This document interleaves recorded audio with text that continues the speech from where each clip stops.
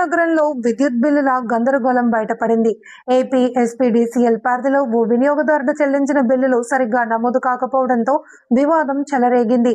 ఒకే service మీటర్కు సంబంధించిన బిల్లులో తేడాలు రావడం, ఇప్పటికే చెల్లించిన మొత్తాన్ని మళ్లీ బాకీగా చూపించడంపై వినియోగదారుడు ఆవేదన వ్యక్తం చేస్తున్నారు. మరోవైపు సంబంధిత అధికారులు సంప్రదించినా స్పష్టమైన సమాధానం లభించలేదు అని ఆరోపణలు వినిపిస్తున్నాయి.